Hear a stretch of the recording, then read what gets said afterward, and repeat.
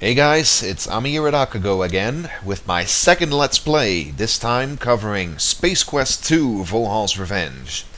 Before we start, well, hopefully you've already seen my Let's Play of Space Quest 1. If not, go out there and go see it right now, you bum!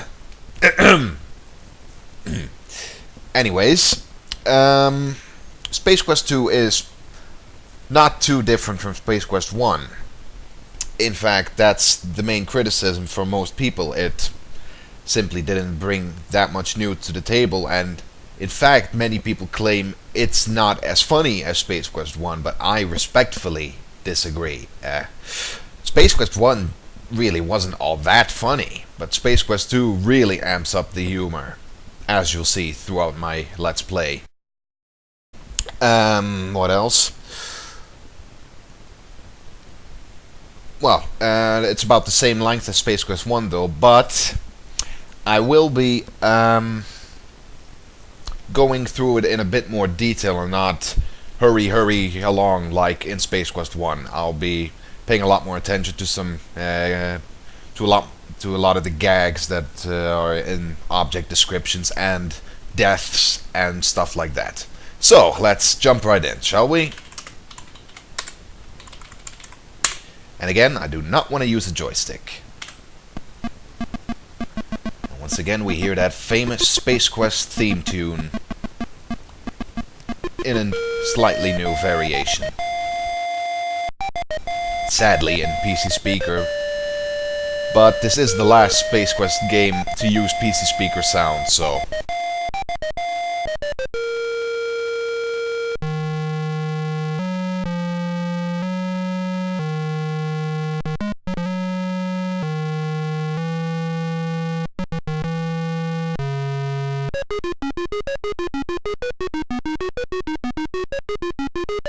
As you will recall, in our last chapter, you had just foiled the Sarians' fiendish plot to rule the galaxy by using the star generator as their weapon of destruction.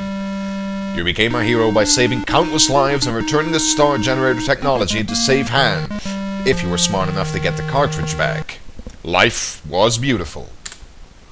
But heroes come and go, and people soon forget. Your celebrated herodom slowly fades, leaving you once again a janitor. The promotion to head janitor was no consolation, especially since you are the only member of the janitorial staff, nor was the transfer to Orbital Station 4. Sweating like a pork beast in a pressure suit while relocating space debris and zero gravity just wasn't your idea of a good time. Life sucks. Again. Place: Xenon Orbital Station 4.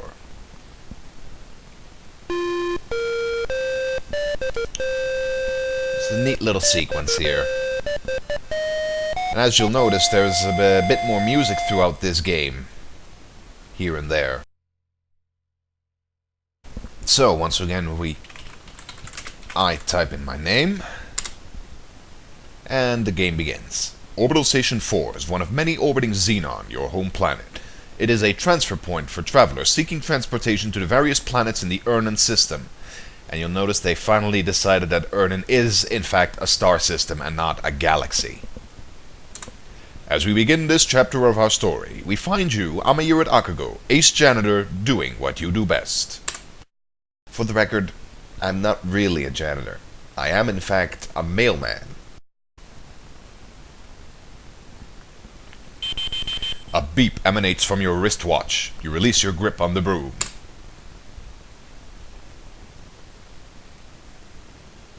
The broom floats away, never to be used again. That makes the third one this week. Wait till your boss finds out.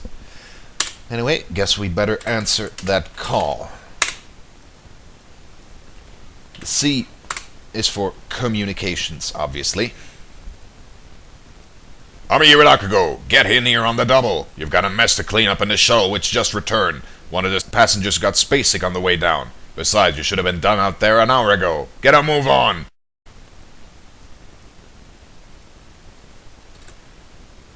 With that, the image disappears. However, obviously there's two more functions on my watch. H is horoscope. Your horoscope for today.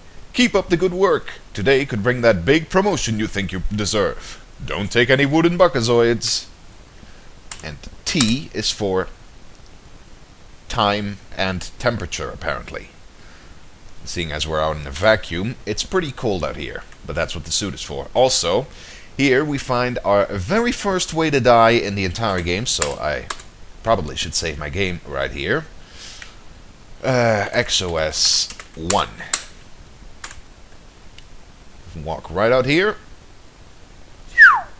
Due to an obvious lack of common sense, you have stepped off the edge, lost your magnetic grip of the ship, and drifted to your death. And as you'll note, this game actually has a death theme as well. Another senseless tragedy. You can help prevent this. Vote yes on lobotomies for Adventure Game Designer. Thank you for playing Space Quest 2, Amayirot Akago. You've been most entertaining. And as you'll notice, the narration has gotten a lot more snarky since the first game, especially when it comes to these kind of simple falling off a cliff kind of deaths. And there are a lot of these throughout the game, and the commentary you get for these is absolutely hilarious all the time, so you'll be seeing a lot of these throughout this Let's Play. But anyways, we're dead, so I should restore the game. Now you'll be wondering, if I can't go right, how am I supposed to get out of here? Well, simple. We are out in space, so we just walk up the wall right here. And go right up to this port.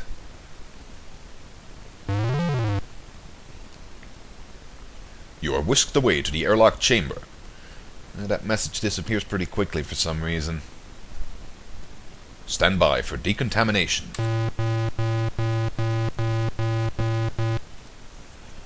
Right, well, I guess we should go see our boss ASAP.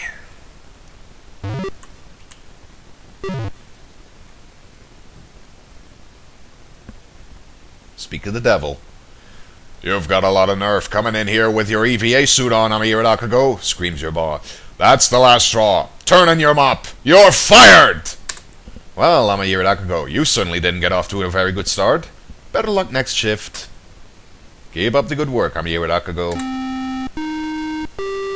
It has been a pleasure watching you play Space Quest 2. And as you'll notice, you'll get a different message every time you die this time as well.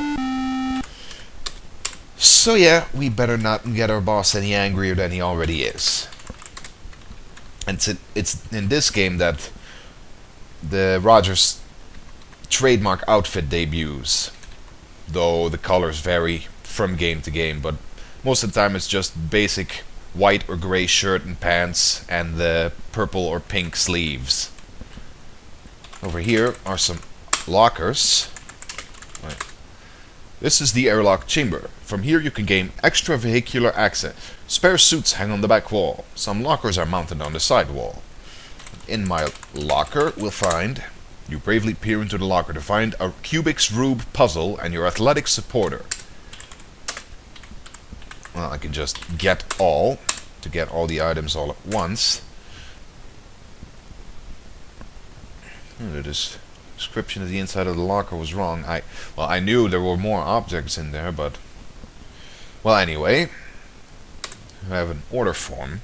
This is an order form you removed from a magazine for a free Labion Terror Beast mating whistle. It's ready to be mailed. We also have a dialect translator. The dialect translator is a small device. It is on, which will come in handy later on, obviously, and we don't have to turn it on ourselves either. This is your athletic supporter. Without close inspection, you notice it to be well used. Yeah, this actually comes in handy, believe it or not. And of course the puzzle. The Rubik's Rube puzzle has made you look stupid more than usual. No, you can try to solve it, but you pull the puzzle out and give it a few spins. Instead of improving, it seems to be worse. Irritated, you stash it and go on with the adventure. Well, not necessary to close the locker, but what the heck.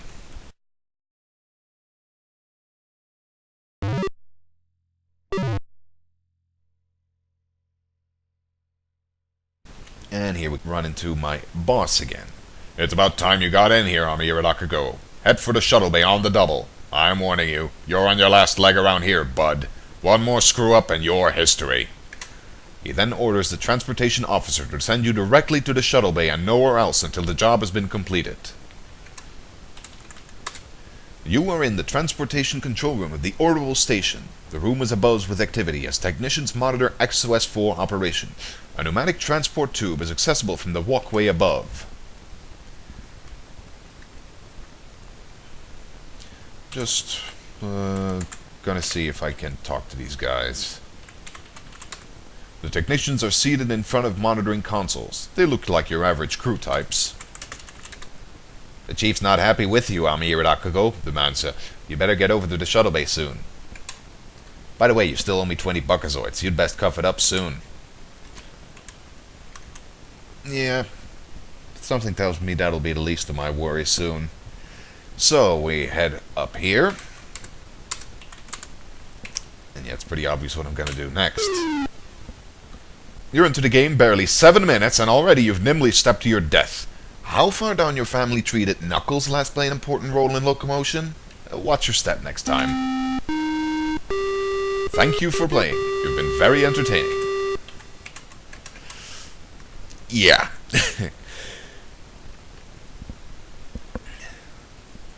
Well, there's nothing else to do but to just get into this neat little transport here, which will take us to this shuttle here. You are in the Orbital station's shuttle bay. A shuttle, fresh from a passenger drop-off on Xenon, is refueling for its next trip. A pneumatic transport tube is accessible from the walkway. A refueler replenishes the shuttle's supply.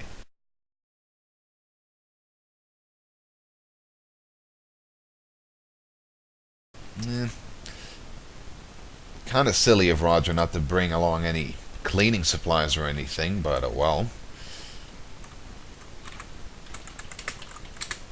The shuttlecraft is your standard 10-passenger short commute vehicle. It was primarily designed to ferry people and supplies between orbital stations, Xenon, and other orbiting spacecraft. Well, let's go have a look. You enter the shuttle and start sniffing around for the mess you must clean. You are surprised to find that the shuttle is not empty. There are two extremely ugly suckers walking toward you. Hey, what the... Your favorite expletive here.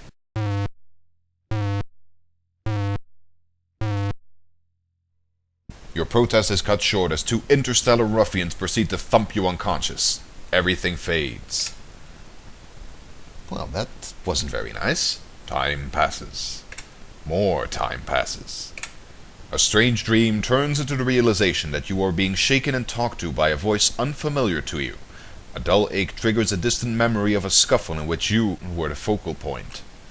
Upon awakening from your forced rest, it becomes quite apparent that you aren't in Xenon anymore.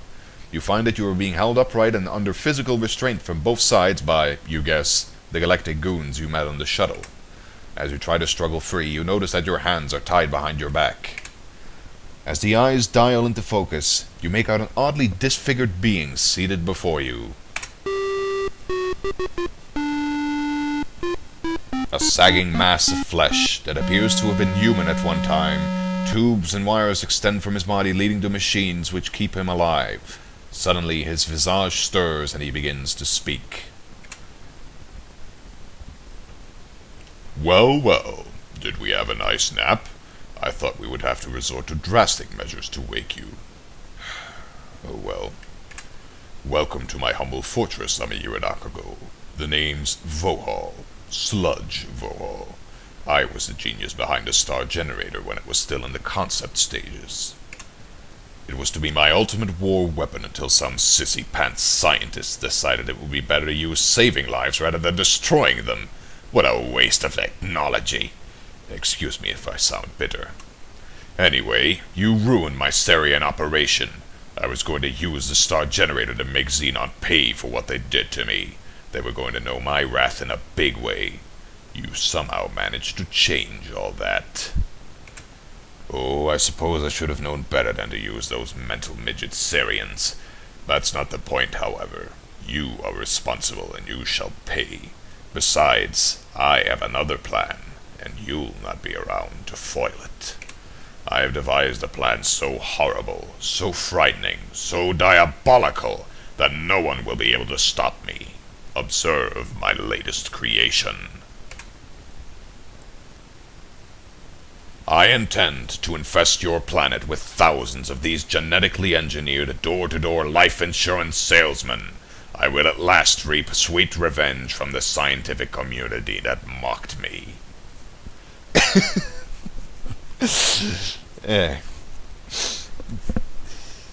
Yeah, moving on.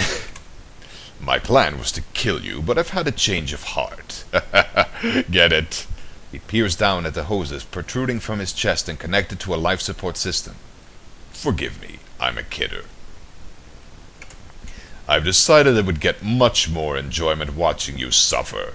My associates will escort you to the surface of Labion, where you will perform many painful hours of manual labor in my mines.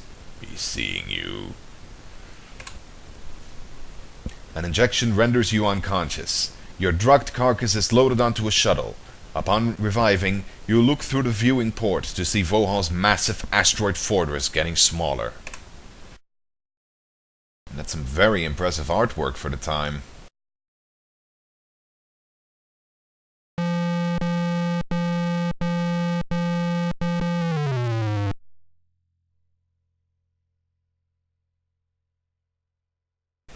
After touching down on a giant landing platform, you are ushered to a hovercraft waiting to transport you to the mining site. Utter despair sets in. I just love the sheer ridiculousness of Vohaul's plan. That's Space Quest for you. Oh, and I really, really love this repetitive PC speaker noise. No, well, it won't last long, thankfully.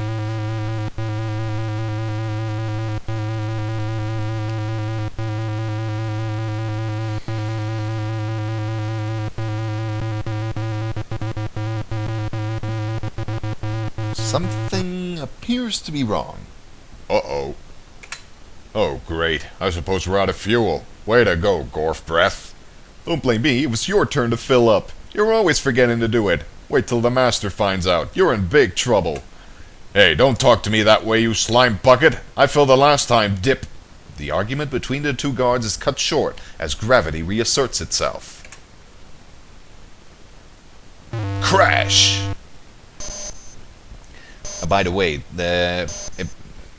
it's not too obvious from the graphics, but these guys are supposed to be apemen, like in Planet of the Apes. Good thing that guard broke your fall. He doesn't look too happy about it, though. It was never all that obvious to me until I actually read there were supposed to be apes. Anyway, you seem to be in a rather exotic forest. The growth here is unlike anything you are used to. On the ground lies the wreckage of the hovercraft you crashed in. Nearby are the bodies of your former captors.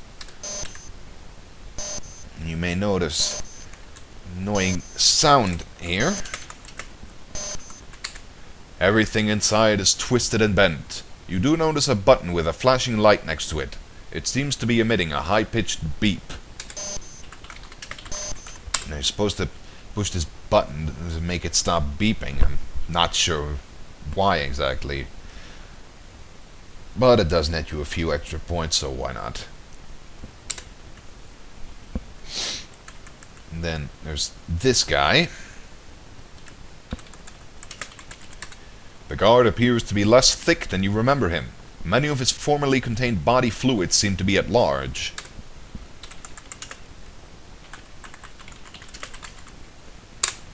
You search the grotesque body and find a small, thin magnetic card. It looks like a key card. You seem to recall seeing one somewhere in the past. Yes, somehow. Oh, I didn't pick it up yet. Okay. Anyways, as I was saying, somehow we always seem to be needing one of these.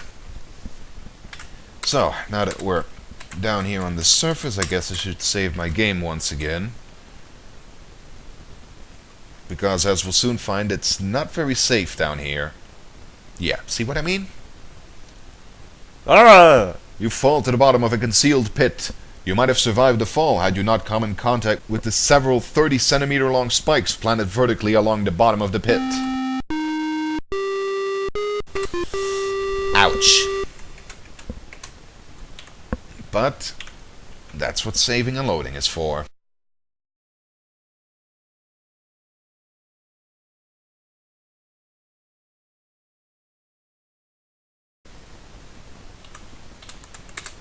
You are standing in a dark and damp portion of the forest. There are some very large mushroom-like growths here. Aside from their enormous size, they appear to be your average garden variety mushrooms. Or are they?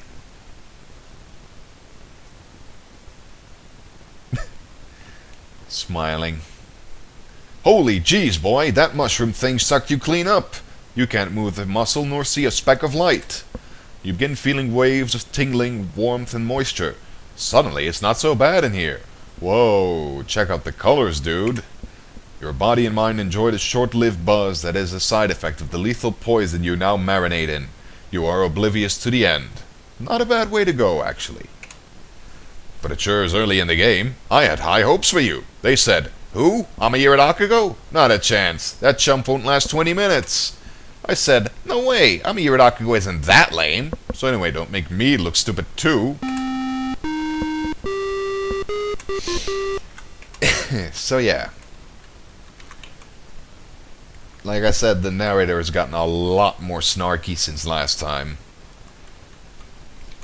A trend that we'll see developing further throughout the series. Suddenly, from somewhere to the east, you hear a twang, followed by a high-pitched shriek. We'll check it out in a minute, but first...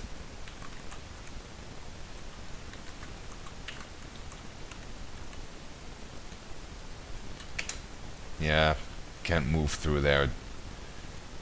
But...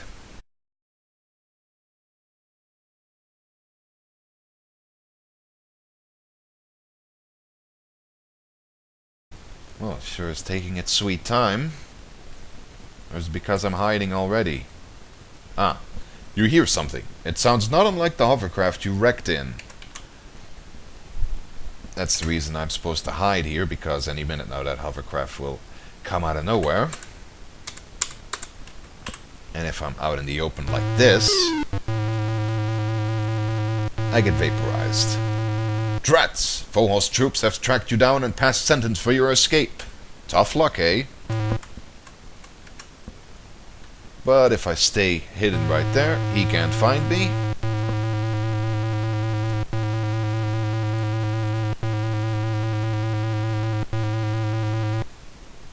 Phew, that was a tense moment. Vohaul's thug failed to spot you and is off to search elsewhere. And I get a few extra points that way.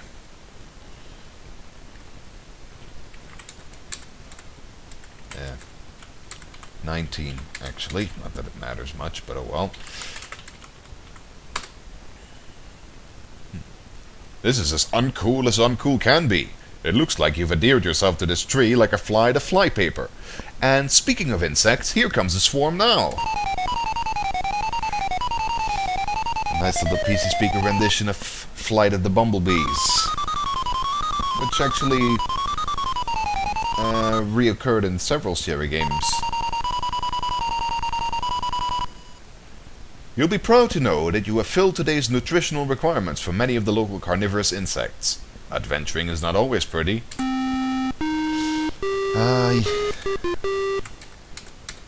I definitely know that. So anyway, about that twang and shriek we heard. If we move to right down here,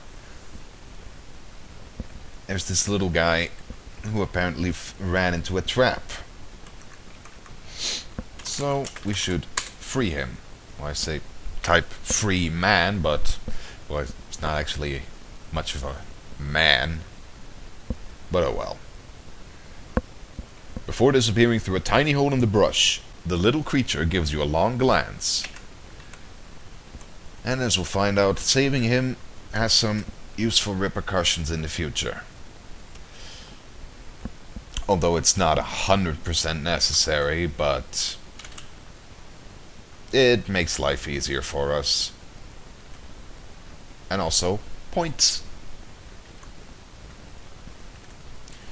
The thing about points in Sierra games is you never really get any kind of reward for getting the maximum amount of points.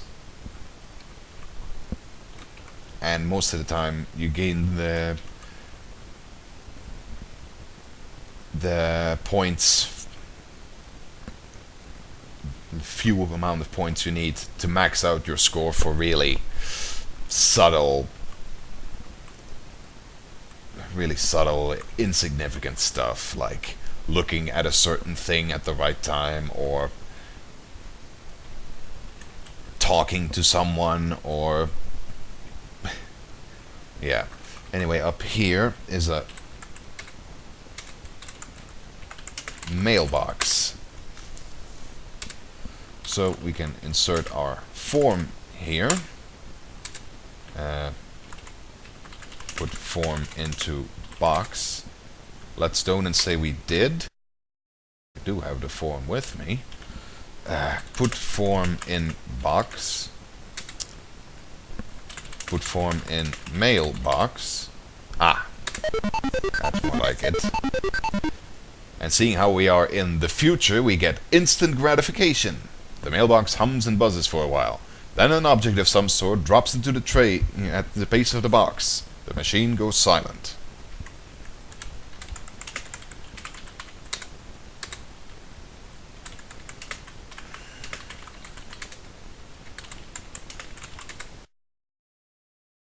The tray is actually a small indentation in the lower part of the machine. It is currently bearing what looks to be a whistle.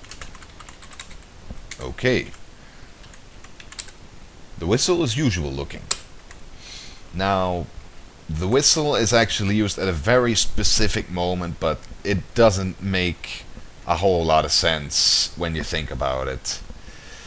But we'll burn that bridge when we cross it.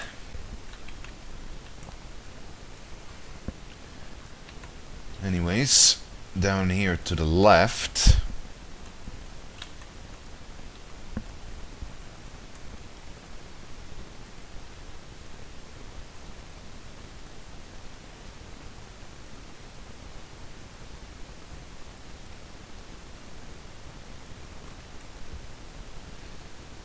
are a bunch of spores.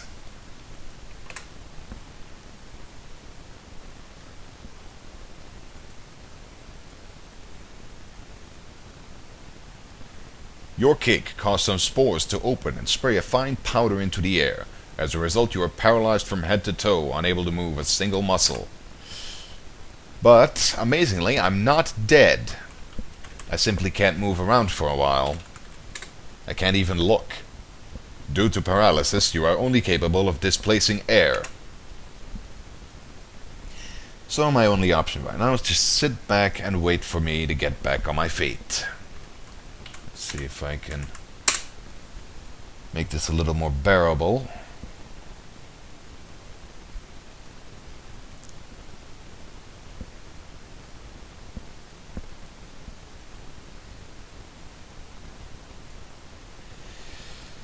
Well, this is fun.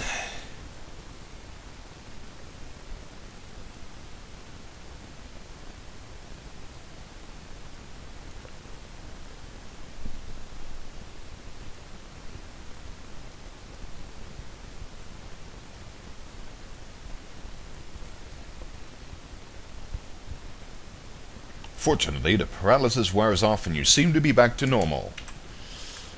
So yeah, I better not run into those things again, but... Oh, son of a bitch! Not again?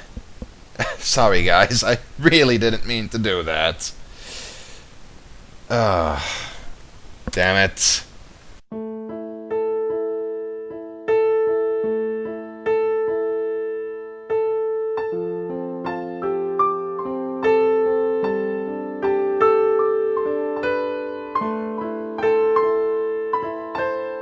Well, I'm back on my feet once again, and now I pick up one of these spores, because they'll definitely come in handy later. But it's actually commendable for the designers that the spores don't actually kill me, but just paralyze me. Ah. And you see up there, the guy I just rescued is picking berries over there. Which is a clue for a later puzzle. But first we need to navigate our way through this god-forsaken maze. Which is very, very, very annoying. Because if I just walk into one of those routes right now, this happens.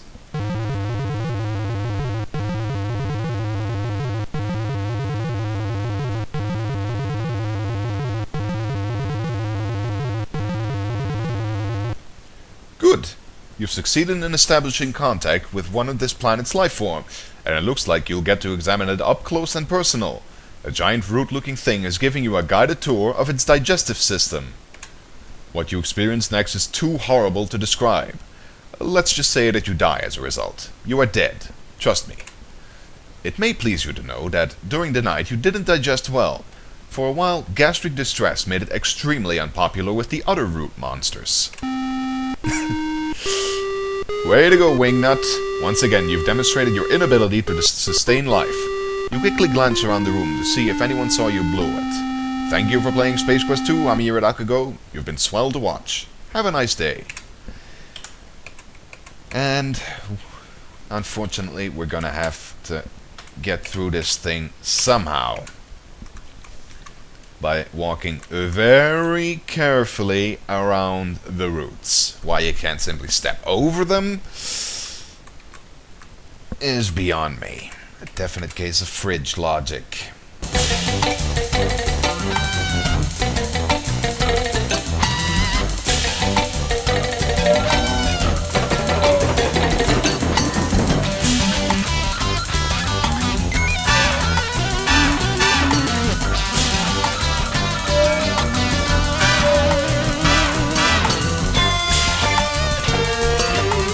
And we're home free. To get these berries.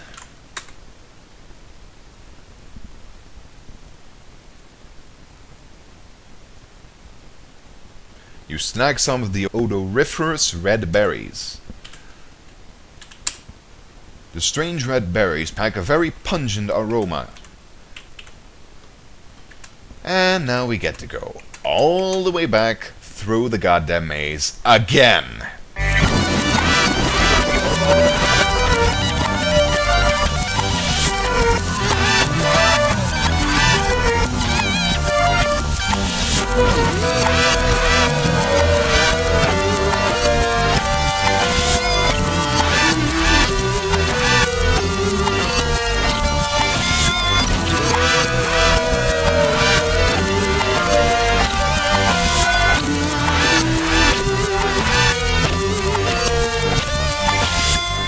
Finally! And as you'll notice, it awards me 4 more points for getting through the maze the second time. But that's very sorry compensation. But anyways, now that we have everything we need out of the immediate area, we can move on to the next. Which is right up there to the right.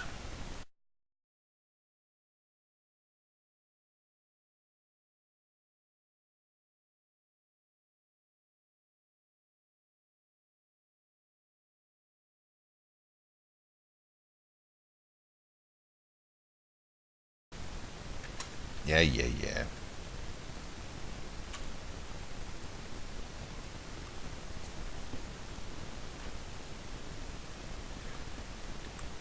You'll see our little friend over there is doing something.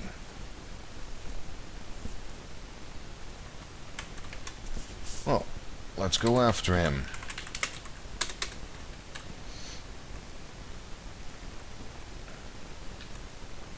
Yuck! And the swamp is so thick that it slows my movements down to a crawl.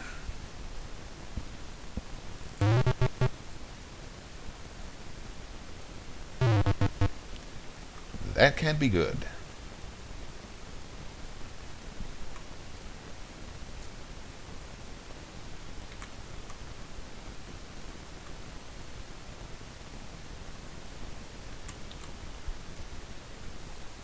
Oh dear.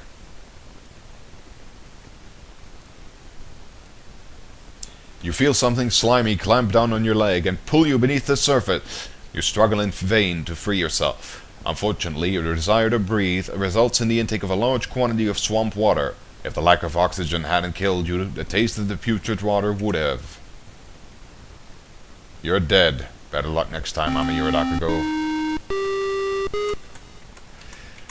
So yeah, what we're supposed to do before we step into the swamp is do what that little guy just did.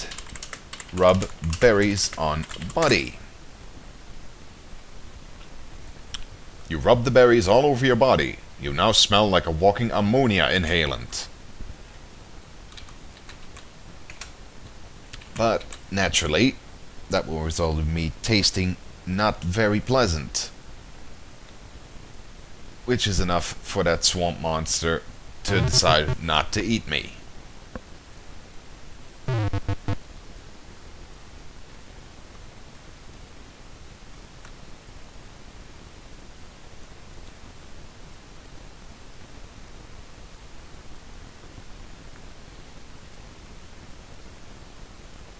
Here we go again.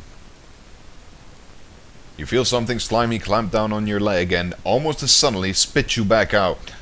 You distinctly hear the sounds of aquatic gagging and retching. Evidently you had a bad aftertaste from the berries. Well, now that we've survived that, we have to search through the swamp. Because there's a little something we need here. Ah, here's a deeper part. Hold breath. You take a deep breath, filling your lungs to near bursting, and head for the depths below. You need to take a look in these caverns down here, because there's something down there that we'll definitely need later on. Which, naturally, is easy to miss first time you go through the game. Blah, blah, blah. I know I keep repeating this, but yeah. You can draw your own conclusions.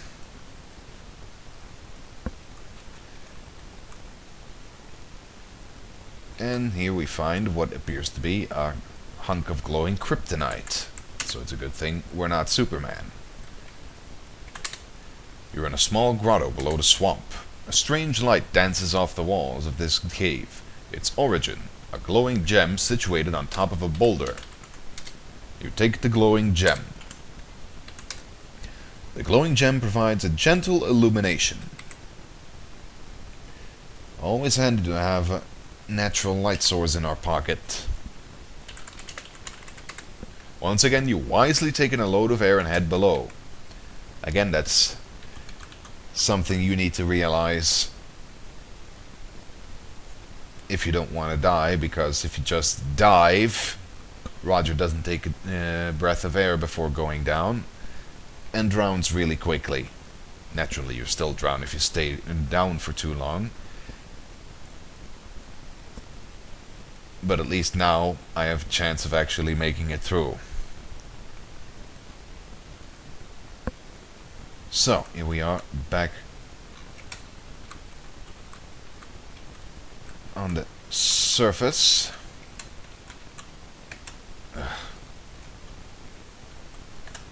And we can get out of the swamp now.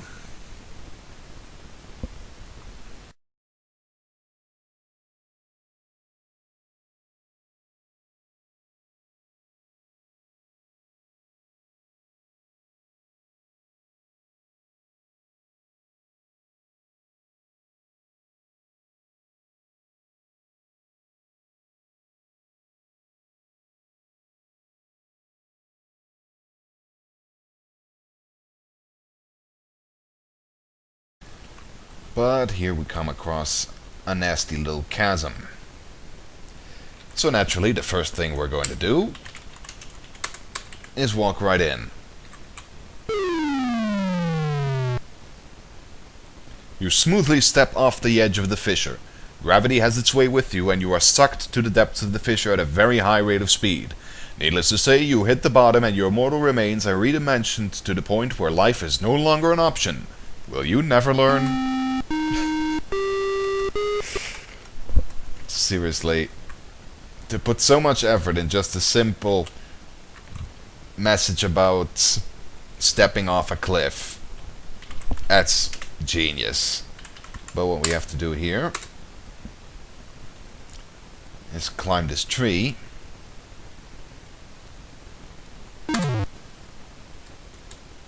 Holy log jams, Batman! You almost ate the big one! Which then turns into a neat little bridge. Lucky me.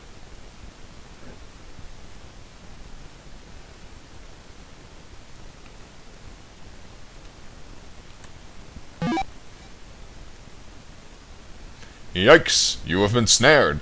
Suspended above the ground, you are unable to move freely. Don't worry, this is supposed to happen.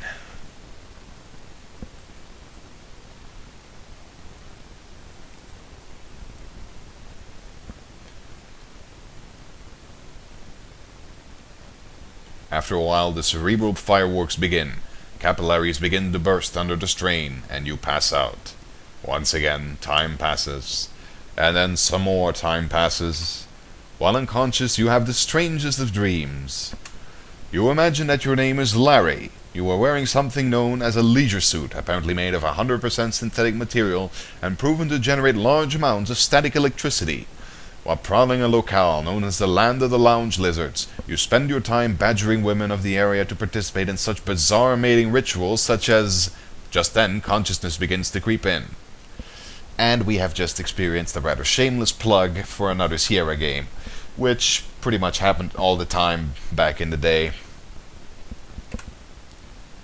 Your head begins to clear and you realize that you have been imprisoned. Your captor appears to be that large oaf sitting near the fire.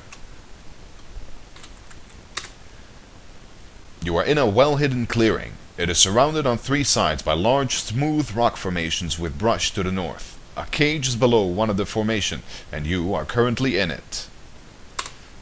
In the center, a campfire burns. One has to wonder about the purpose of a fire during a warm day such as this. A rope sits on one of the boulders. A large beast is nearby. Well, it appears that we are trapped, unfortunately. And I'm going to just save the game right here. And quit the game for now. And I'll be seeing you all next time. Thanks for watching. I'm Amayirot Akago. Goodbye for now.